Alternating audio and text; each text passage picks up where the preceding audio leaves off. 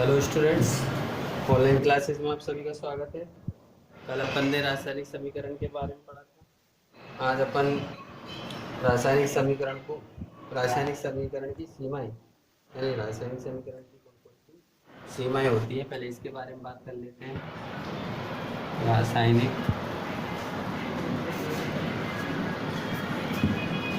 समीकरण की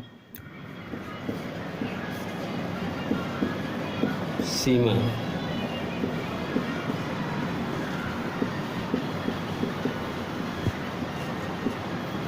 बाउंडेशन of chemical reaction, रासायनिक समीकरण की सीमाएं।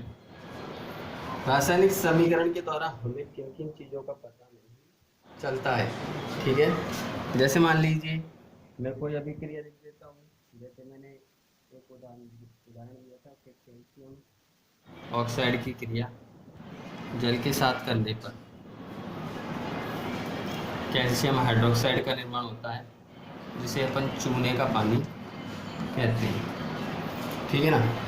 अब यहाँ पर जो है हमको अपन जानते हैं कि पदार्थ की 3 अवस्थाएं होती है, ठोस, द्रव, गैस, ठीक है ना।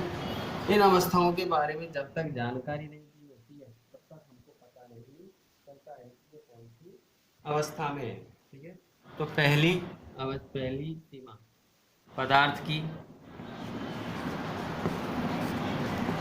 अवस्था के बारे में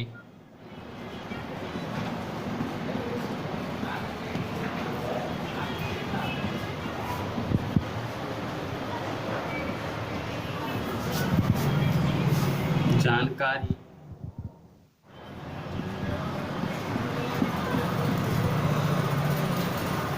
प्राप्त नहीं होती है।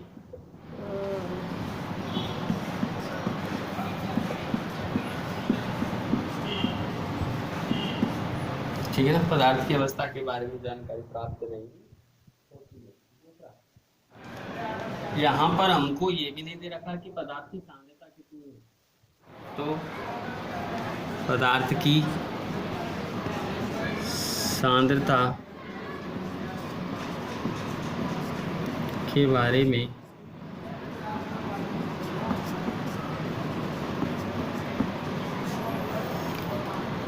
जानकारी प्राप्त नहीं होती है। इसकी मात्रा कितनी है, इसके बारे में जानकारी प्राप्त नहीं होती है। तीसरी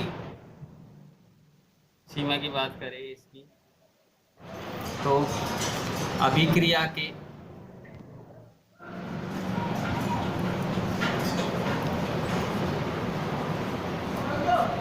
उत्क्रमणीय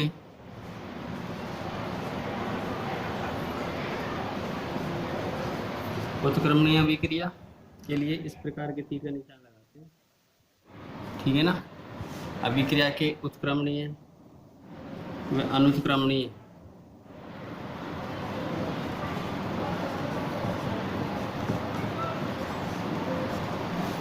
अभिक्रिया के उत्क्रमणीय व अनुत्क्रमणीय होने का पता नहीं चलता है, होने का पता नहीं चलता।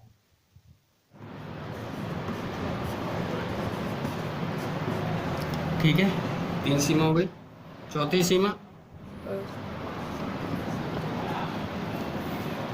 उत्क्रमणीय अनुत्क्रमणीय के लिए इस प्रकार की चीजें, जैसे ये दर्शा रखा है। तो अभिक्रिया के उत्क्रमणीय और अनुत्क्रमणीय होने का पता नहीं चलता है कि कौन सी उत्क्रमणीय है, कौन सी अनुत्क्रमणीय। अभिक्रिया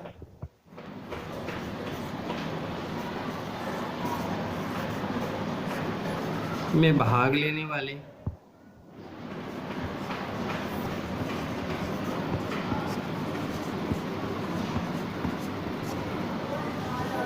उत्प्रेरकों के बारे में अभिक्रिया में भाग लेने वाले उत्प्रेरकों के बारे में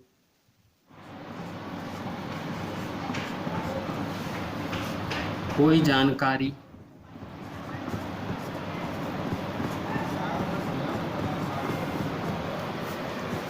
प्राप्त नहीं होती है।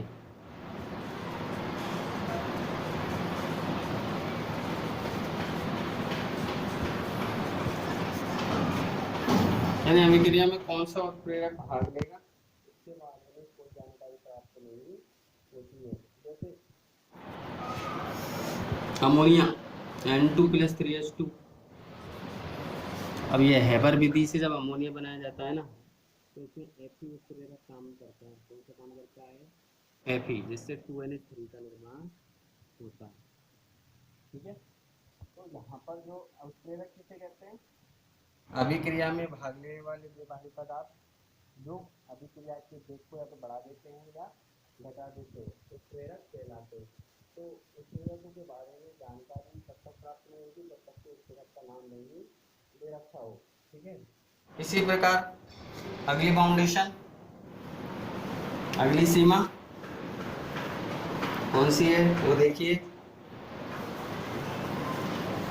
चौथा नंबर, 5वें नंबर की, 5वें नंबर की सीमा है अभिक्रिया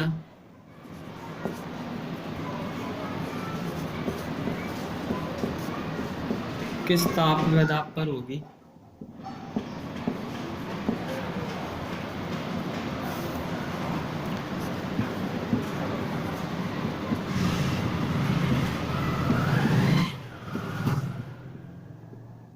इसकी जानकारी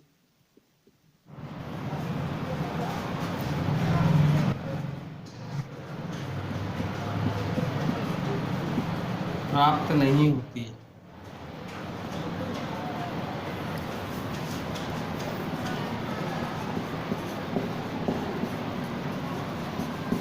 यानी अभिक्रिया के लिए कितना ताप व दाब आवश्यक है इसके बारे में जानकारी प्राप्त नहीं होती है।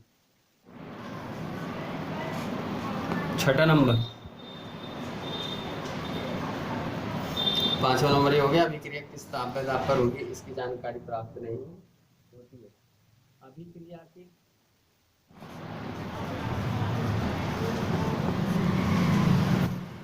ऊष्माक्षेपी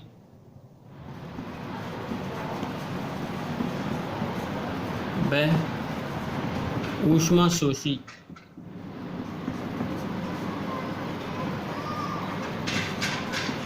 अभिक्रिया की ऊष्माक्षेपी व ऊष्माशोषी होने के प्रकार का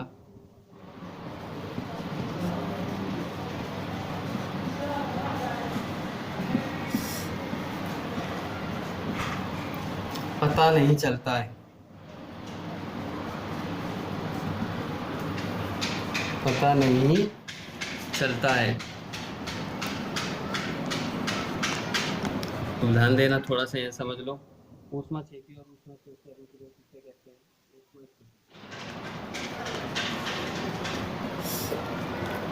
ऊष्माक्षेपी बेरासायनिक अभिक्रियाएं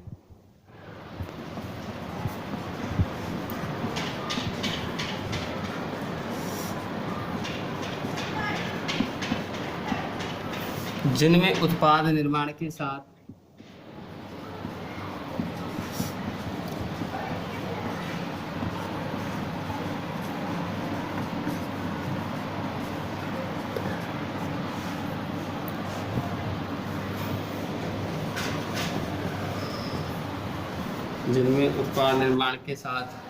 ऊष्मा का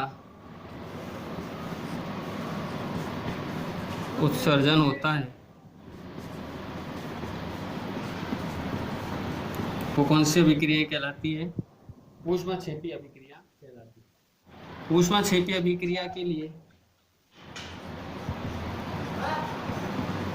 ऊष्माक्षेपी अभिक्रिया के लिए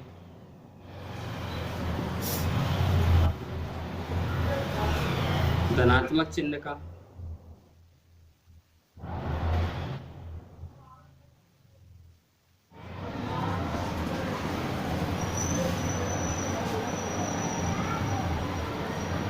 प्रयोग किया जाता है।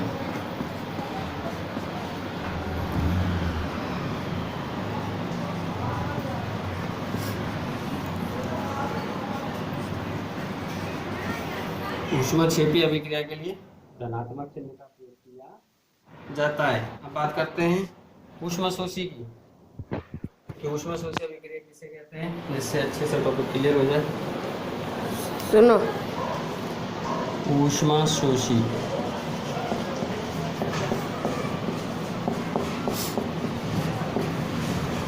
वे रासायनिक अभिक्रियाएं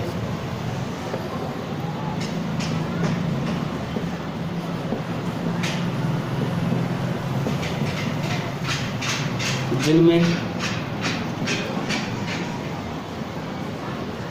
उत्पाद निर्माण के साथ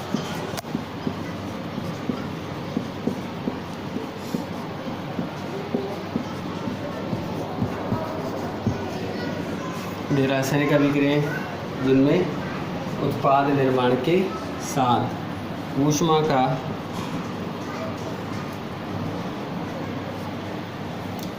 अवशोषण होता है,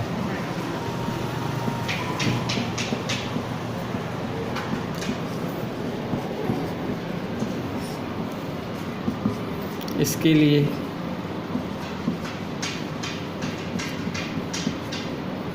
ऋणात्मक चिन्ह का प्रयोग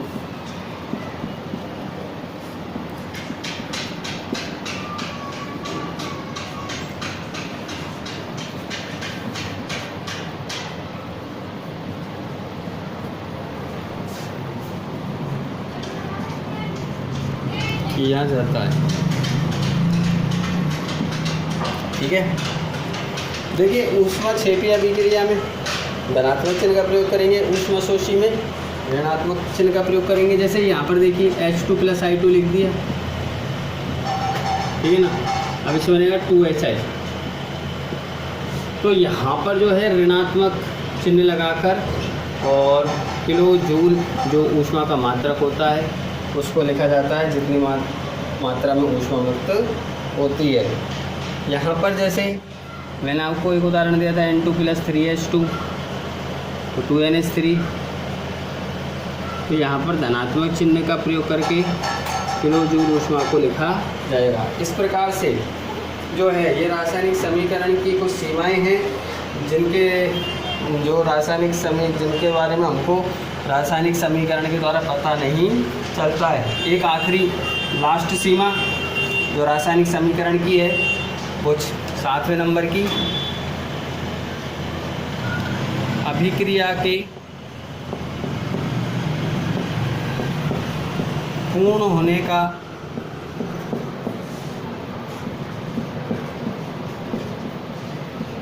समय पता नहीं चलता है कि अभिक्रिया कितने समय में पूर्ण हो जाएगी, इसके बारे में जानकारी प्राप्त नहीं होती है। अभिक्रिया के पूर्ण होने का समय पता नहीं चलता है। तो ये आज की वीडियो में अपन ने रासायनिक समीकरण की सीमाओं के बारे में पढ़ा। आशा करता हूँ कि सभी सीमाएं आपके अच्छे से समझ में आई होगी। आज के वीडियो में इतना काफ़ी है। धन्यवाद।